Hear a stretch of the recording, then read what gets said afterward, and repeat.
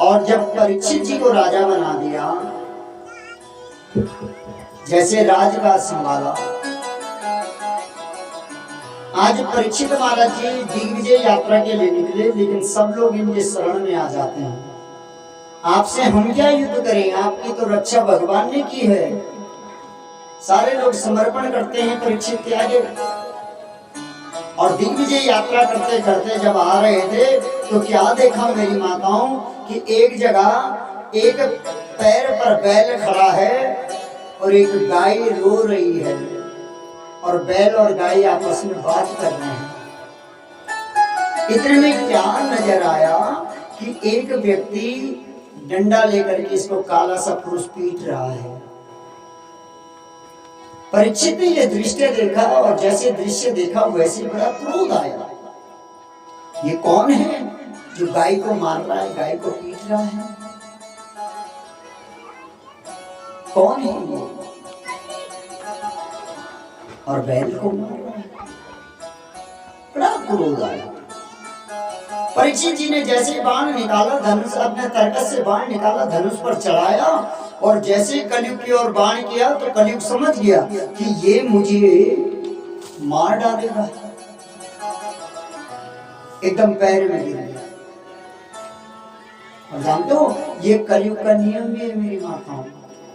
जिसको हम डरा सकते हैं ना उसका गला पकड़ लेते हैं, और जिससे हमें डर लगता है उसके हम पैर पकड़ लेते हैं। ये तो है कलयुग। जबकि होना क्या चाहिए, अपने से निर्बल की मदद करनी चाहिए, उसको अभय दान, अपने से निर्बल को सताना नहीं चाहिए। इसलिए ध्यान रखना। परीक्षित को देख के डर के मारे चरणों में गिर गया। परीक्षित ने कहा, कौन है तू दुष्ट? कहा, महाराज मैं कलयुग हूं, अब आपकी शरण में, अब आपकी शरण में हूं। महाराज 4 युग हैं जिसमें त्रेता चला गया, सतयुग चला गया, द्वापर चला गया, अब मैं हूं अंतिम कलयुग। अब मेरा समय आ गया।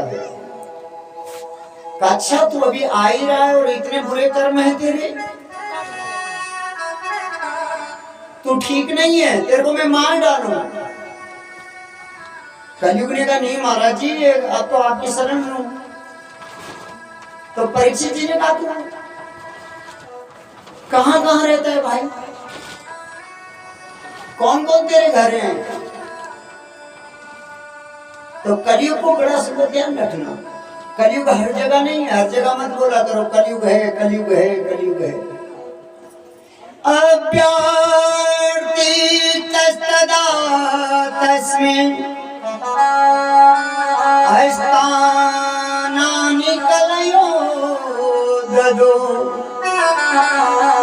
द्यूतं पाना स्त्रिया सूना यत्र अधर्म चतुर्विधा।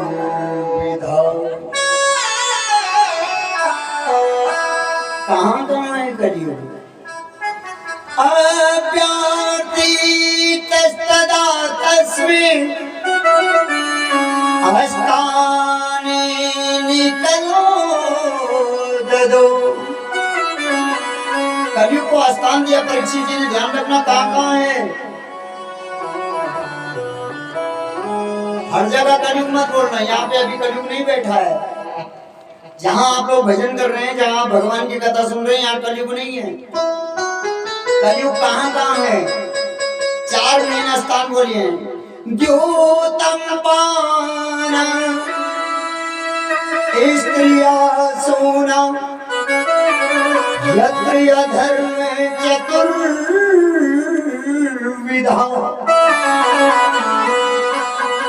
जहाँ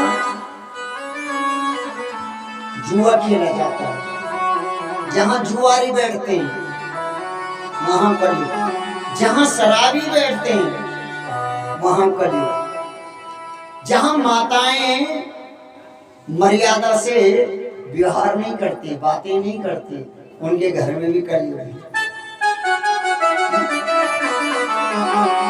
माताएं मर्यादाहीन हो जाती हैं, अपने घर की, अपने कुल की, अपने समाज की मर्यादा से बाहर बातें करना शुरू कर देती है, उसके घर में कलयुग आ जाता है। और मैं बार बार कहता हूँ मेरी माताओं, घर में दारू मत पीने दिया करो, और जे दिन कोई पी होंगे ते दिन तक गेट से बाहर रखो। अगर कलयुग को बचाना है कि मेरे घर में ना घुसे। जहां 4 लोग बैठ जाएं तो कहना क्या, इसलिए इन 4 को बिठाओ भी मत अपने घर में। और अगर हर माता कहेगी मेरे घर नहीं बैठना, मेरे घर नहीं बैठना, तो बंदा जाएगा कहाँ जाएगा फिर?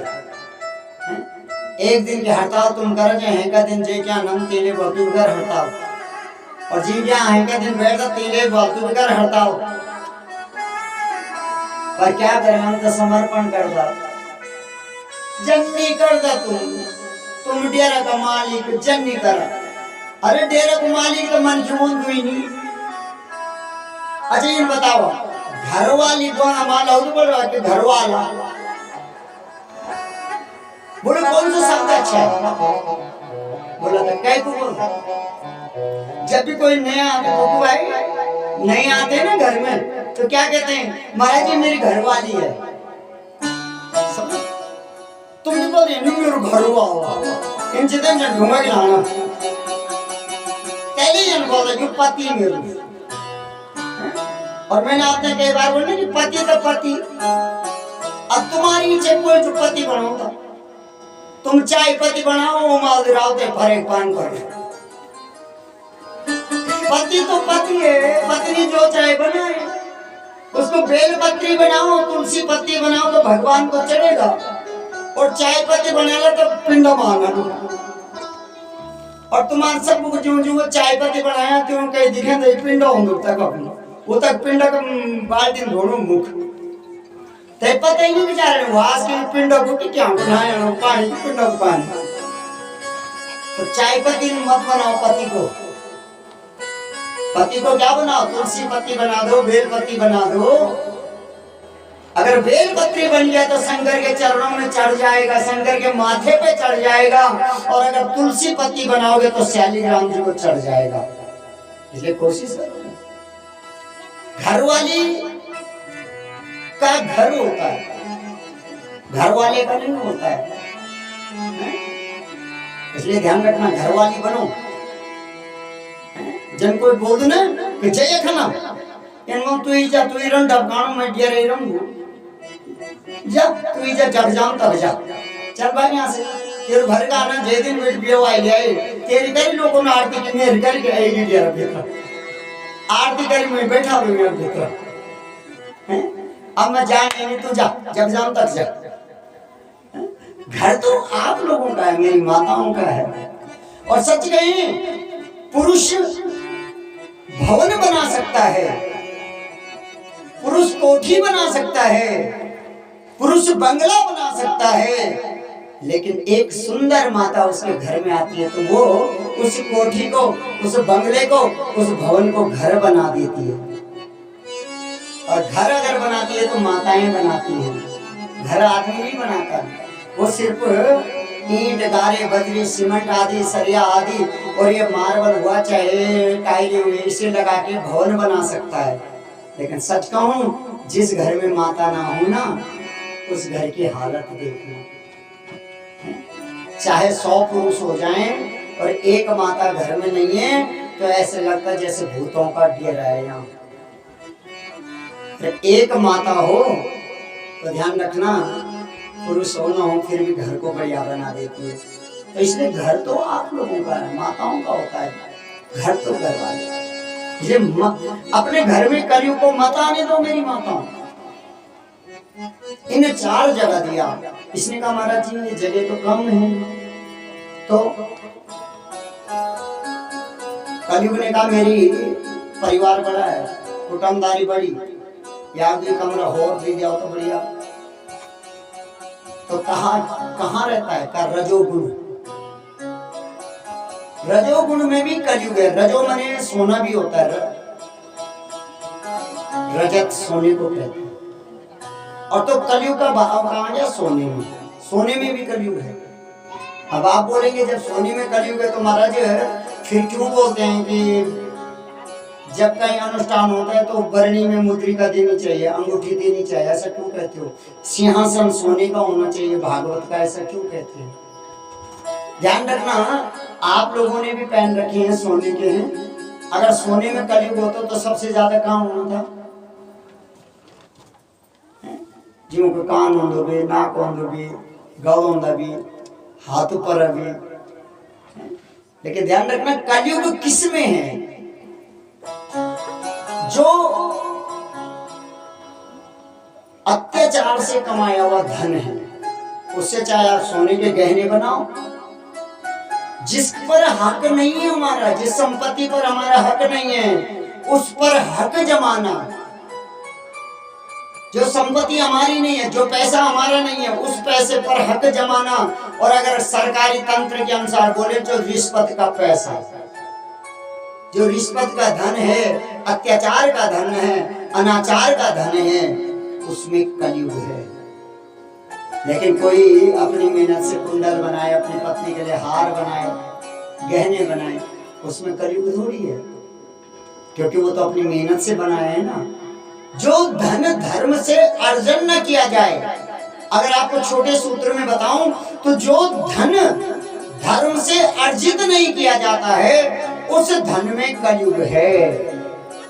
और जो हमारे हक का है उसको मांगना भी कोई कलयुग नहीं है। आज परीक्षित महाराज जी घर पे आए, ध्यान रखना मेरी माता, और देखते देखते क्या किया,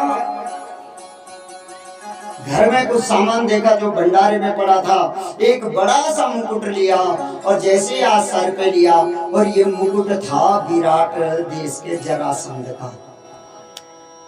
जरासंध का मुकुट जैसे सर पे लगाया, अत्याचार के धन से कमाया है जरासंध ने, तो इसमें कलयुग बैठ गया। भीम को लालच आ गया था, जब जरासंध को मारा ना तो उसका बहुत बड़ा मुकुट था, उस मुकुट पर लालच आया, भीम छीन के ले आया घर। और आज ध्यान रखना, इसीलिए कहते हैं माता पिता के किए हुए कर्म कभी कभार नाती पोतों पर लग जाते हैं, चाहे वो अच्छा करें या बुरा करें। इसलिए अपने लिए नहीं तो अपने बच्चों के लिए, अपने लिए नहीं अपने नाती